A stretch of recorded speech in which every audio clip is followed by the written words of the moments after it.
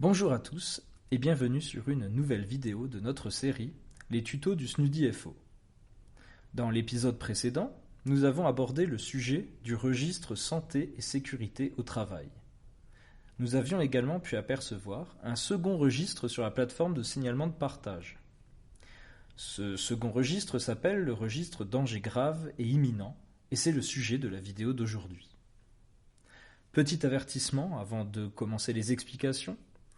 Lors de l'écriture de cette vidéo, il m'est apparu clair que le RDGI est un outil à manipuler avec précaution. Demandez toujours conseil au syndicat avant de l'utiliser, du fait de sa complexité. Le RDGI, qu'est-ce que c'est ?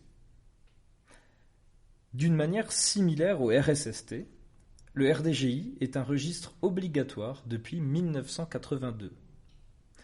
Le Code du travail reconnaît à tous les salariés, y compris les enseignants dans la fonction publique, un droit d'alerte et de retrait face à un danger grave et imminent pour sa vie ou sa santé. L'employeur, quant à lui, est tenu de tout mettre en œuvre pour supprimer intégralement le risque encouru et assurer la sécurité et la santé mentale et physique de ses salariés. Qu'est-ce qu'un danger grave et imminent ? Dans le cas présent, on parle d'un danger au sens de la jurisprudence sociale, c'est-à-dire une menace directe pour la vie ou la santé du fonctionnaire.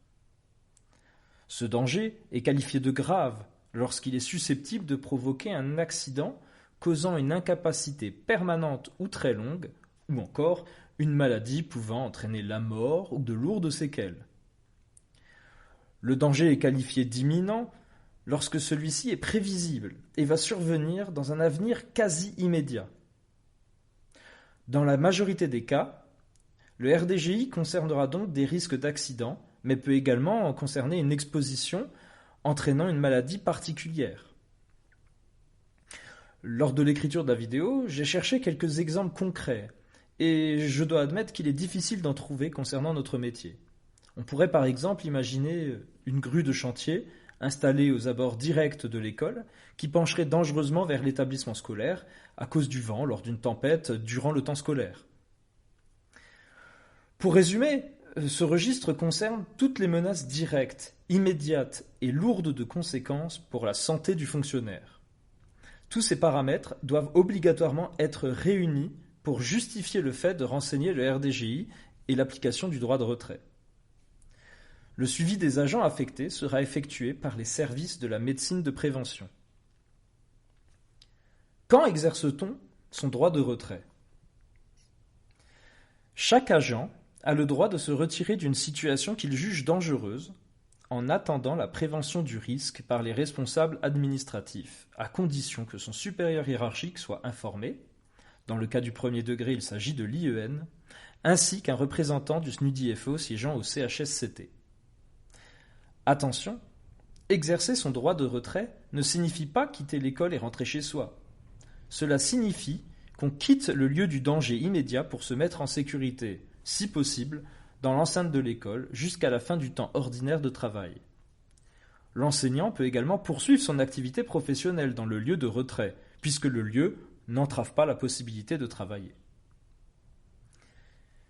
Comment compléter le RDGI ? Un agent pense raisonnablement qu'une situation de travail présente un danger grave et imminent pour sa santé. C'est le point de départ. Deux choix s'offrent alors à lui. Il peut, premièrement, choisir d'alerter lui-même l'administration via le RDGI dématérialisé sur partage. À partir de ce moment, l'administration va traiter seule ce dossier. L'agent peut alors soit faire valoir son droit d'alerte et continuer à travailler, ou bien faire valoir son droit de retrait et se retirer de la situation dangereuse. Et, selon les cas, poursuivre également le travail dans un autre lieu. Dans les deux cas, l'administration va décider des mesures à prendre pour supprimer le danger. Si l'agent est d'accord avec les mesures prises, on considère que son retrait a été justifié et il ne subira aucune sanction et pourra retourner travailler. Si toutefois l'agent est en désaccord avec les décisions de l'administration et estime que le danger persiste, son retrait est considéré comme injustifié et des conséquences pourront s'appliquer, comme une retenue de salaire. Le deuxième choix qui s'offre à l'agent, constatant un danger grave et imminent, est d'alerter un membre du CHSCT, à l'oral ou à l'écrit, qui informera l'autorité administrative. Le membre du CHSCT renseigne en bonne et due forme le registre à la place de l'agent. Une enquête est alors menée par l'administration et le membre du CHSCT. Les autres membres du CHSCT sont prévenus et une décision est prise conjointement avec l'administration pour faire cesser le danger. S'il y a accord sur les décisions prises, elles sont appliquées et l'agent peut retourner travailler sans sanction. S'il y a désaccord sur les mesures à prendre, le CHSCT se réunira dans les 24 heures, éventuellement avec la présence de l'inspecteur du travail. Un avis est voté par le CHSCT. L'administration arrête alors les mesures finales à prendre et en informe le CHSCT. Des conséquences sont possibles pour l'agent si son retrait est alors estimé comme injustifié. Si des divergences persistent, l'ISST sera saisi, ainsi que l'inspecteur du travail.